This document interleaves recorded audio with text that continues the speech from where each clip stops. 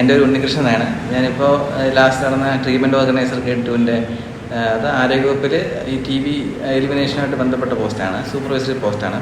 അപ്പോൾ അതിൽ 3ാം റാങ്ക് കിട്ടിയായിരുന്നു. അപ്പോൾ അത് പഠിച്ചതെന്തെന്ന് വെച്ചാൽ നമ്മൾ പൊതുവേ പറയുകയാണെങ്കിൽ നമ്മൾ ഈ PSC ആയിട്ട് ബന്ധപ്പെട്ട എല്ലാവർക്കും ഉള്ള ഒരു പ്രശ്നമാണ് സിലബസ് നോക്കി പഠിക്കാത്തത്. നമ്മൾ സിലബസ് നോക്കിയിട്ട് നന്നായിട്ട് വർക്കൗട്ട് ചെയ്ത് കഴിഞ്ഞാൽ നമുക്ക് ഏതൊരു പോസ്റ്റും ഈസി ആയിട്ട് അച്ചീവ് ചെയ്യാൻ പറ്റും. കാര്യം ഞാൻ 2010 മുതൽ PSC നോക്കുന്നതാണ്. അത് ഇപ്പോൾ 2024 ഇപ്പോൾ ഒരു പോസ്റ്റ് ജോലിക്ക് കയറാൻ പറ്റുന്നത്. അപ്പോൾ ഇത്ര നാൾ ഞാൻ ജോലിയുടെ കൂടെ രാത്രി സമയം കിട്ടുമ്പോൾ മെഡിക്കൽ റെപ്പായിരുന്നു ഞാൻ. അപ്പോൾ 100-150 കിലോമീറ്ററോളം ഡെയിലി വണ്ടിയൊക്കെ ഓടിച്ച് ക്ഷീണിച്ച് വന്നിട്ട് കുറച്ച് നേരമൊക്കെ പഠിക്കാൻ പറ്റുന്നുള്ളായിരുന്നു. ഇതിന് വേണ്ടിയിട്ട് സീരിയസ് ആയിട്ട് പഠിച്ചു തുടങ്ങിയ സമയത്ത് തന്നെ ഭാഗ്യവശാലാണോ നിർഭാഗ്യവശാലാണോ എന്നറിയത്തില്ല, എൻ്റെ കാലിൽ ചെറിയൊരു ലിഗമെൻറ്റിൻ്റെ ഒരു ചെറുതായിട്ട് വലിഞ്ഞ് അങ്ങനെ ഒരു 15 ദിവസം റെസ്റ്റ് എടുക്കേണ്ട അവസ്ഥ വന്നായിരുന്നു.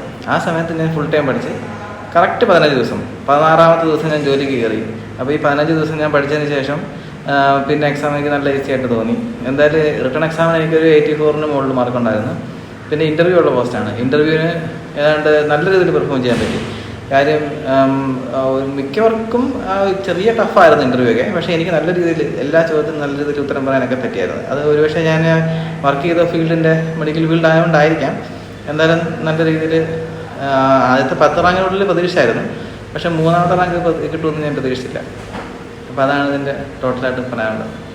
ഉണ്ണികൃഷ്ണൻ എത്ര മണിക്കൂറൊക്കെ പഠിക്കുമായിരുന്നു?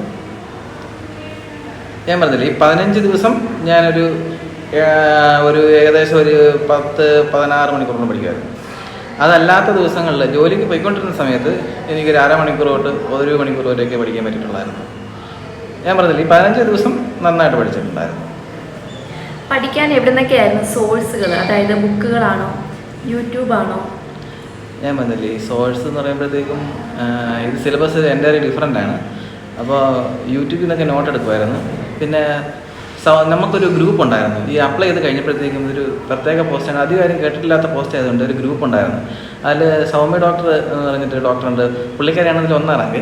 ഇവിടെ മാത്രമല്ല, ആലപ്പുഴ ജില്ലയിൽ 1ാം റാങ്ക്, പിന്നെ കണ്ണൂർ ജില്ലയിലും. ഇത് 2 സെപ്പറേറ്റ് നോട്ടിഫിക്കേഷൻ ആയിട്ടാണ്. അപ്പം കണ്ണൂരും ഡോക്ടർക്ക് 1ാം റാങ്കുണ്ട്.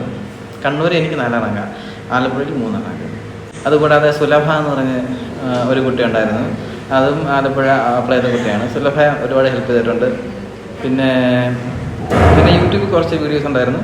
പിന്നെ ടെലഗ്രാം ചാനലുണ്ടായിരുന്നു, അതിൽ കുറച്ച് കണ്ടൻറ്റൊക്കെ കിട്ടിയിട്ടുണ്ടായിരുന്നു. അങ്ങനെ തന്നെ നോട്ട് ഉണ്ടാക്കി പഠിച്ചതാണ്. പിന്നെ ഇവരൊക്കെ നന്നായിട്ട് ഹെൽപ്പ് ചെയ്തായിരുന്നു. PSCക്ക് പഠിക്കുന്നവരോട് ഉണ്ണികൃഷ്ണൻ എന്താണ് പറയാനുള്ളത്? PSCക്ക് നിങ്ങൾ പഠിക്കുന്നുണ്ടെങ്കിൽ ഒന്നാമത്തെ കാര്യം ഡെഡിക്കേഷൻ വേണം. ഒരുപാട് നിങ്ങൾ പഠിക്കുന്ന കാര്യം മറ്റൊരാളടുത്ത് പറയരുത്, അത് ഒന്നാമത്തെ കാര്യം. പിന്നെ മെയിനായിട്ടുള്ളതെന്ന് വെച്ചാൽ നമ്മൾ സിലബസ് അനുസരിച്ച് പഠിക്കാൻ ശ്രമിക്കണം. ചുമ്മാ വലിച്ചു വാരി പഠിക്കാതെ നമുക്ക് ചോദിക്കാൻ സാധ്യതയുള്ള രീതിയിൽ പഠിക്കണം. പിന്നെ പഠിക്കുന്നത് കാണാപ്പാടം പഠിക്കാതെ അതിൻ്റെ അർത്ഥം മനസ്സിലാക്കി പഠിക്കണം. അങ്ങനെ പഠിച്ചു കഴിഞ്ഞാൽ പിന്നെ അത് PSCക്ക് വേണ്ടി മാത്രമല്ല, നമ്മുടെ നോളജ് ലെവലും കൂടെ കൂടുകയാണ് ചെയ്യുന്നത്. അല്ലാതെ ചില മാത്സൊക്കെ ഉണ്ടല്ലോ, ചിലർ ചുമ്മാ അവിടെ നിന്നെടുത്ത് ഇങ്ങോട്ടിട്ട് ഇവിടെ നിന്നെടുത്ത് അങ്ങോട്ടിട്ട ഉത്തരം കിട്ടുമെന്ന് പറഞ്ഞ് ചില ഇൻസ്റ്റിറ്റ്യൂട്ടിലൊക്കെ പഠിപ്പിക്കും. അത് ഈസി വേ ആണ്. പക്ഷേ ശരിക്കും അതിന് അർത്ഥം മനസ്സിലാക്കി പഠിച്ചു കഴിഞ്ഞാൽ അത് നമ്മുടെ നിത്യ ജീവിതത്തിൽ തന്നെ നമുക്ക് യൂസ് ചെയ്യാൻ പറ്റുന്ന പല ചോദ്യങ്ങളുണ്ടാവും. അതുപോലെ തന്നെ നമ്മൾ PSCയിൽ നോക്കുന്ന ഒരാൾ സക്സസ് ആയെന്ന് തോന്നുന്നത് എപ്പോഴാണെന്ന് അറിയാം? നമ്മളൊരു എക്സാം കഴിഞ്ഞിട്ട് അത് കളയുമ്പോഴല്ല, ഒരു എക്സാം കഴിഞ്ഞിട്ട് ആദ്യം അതിൻ്റെ പ്രൊഫഷണൽ ആൻസർക്ക് വരാൻ നമ്മൾ വെയിറ്റ് ചെയ്യും. അങ്ങനെ വെയിറ്റ് ചെയ്യുന്നുണ്ടെങ്കിൽ നിങ്ങൾ ഉറപ്പിച്ചോ നിങ്ങൾ ജോലിയിലേക്കുള്ള വഴി എത്തി തുടങ്ങി. അത് കഴിഞ്ഞിട്ട് അതിൻ്റെ ഫൈനൽ ആൻസർക്ക് വരുമ്പോഴത്തേക്കും അതിൽ കുറേ തെറ്റുകൾ കാണും. അപ്പോൾ അതൊക്കെ ചൂണ്ടിക്കാണിച്ചുകൊണ്ട് പ്രൊഫഷണൽ ആൻസർക്ക് വരുമ്പോൾ അതിനകത്ത് കുറച്ച് തെറ്റുകളൊക്കെ കാണും. അത് നിങ്ങൾ PSCക്ക് ചൂണ്ടിക്കാണിച്ചുകൊണ്ട് ലെറ്റർ എഴുതുന്ന പരിപാടിയൊക്കെ ഉണ്ട്.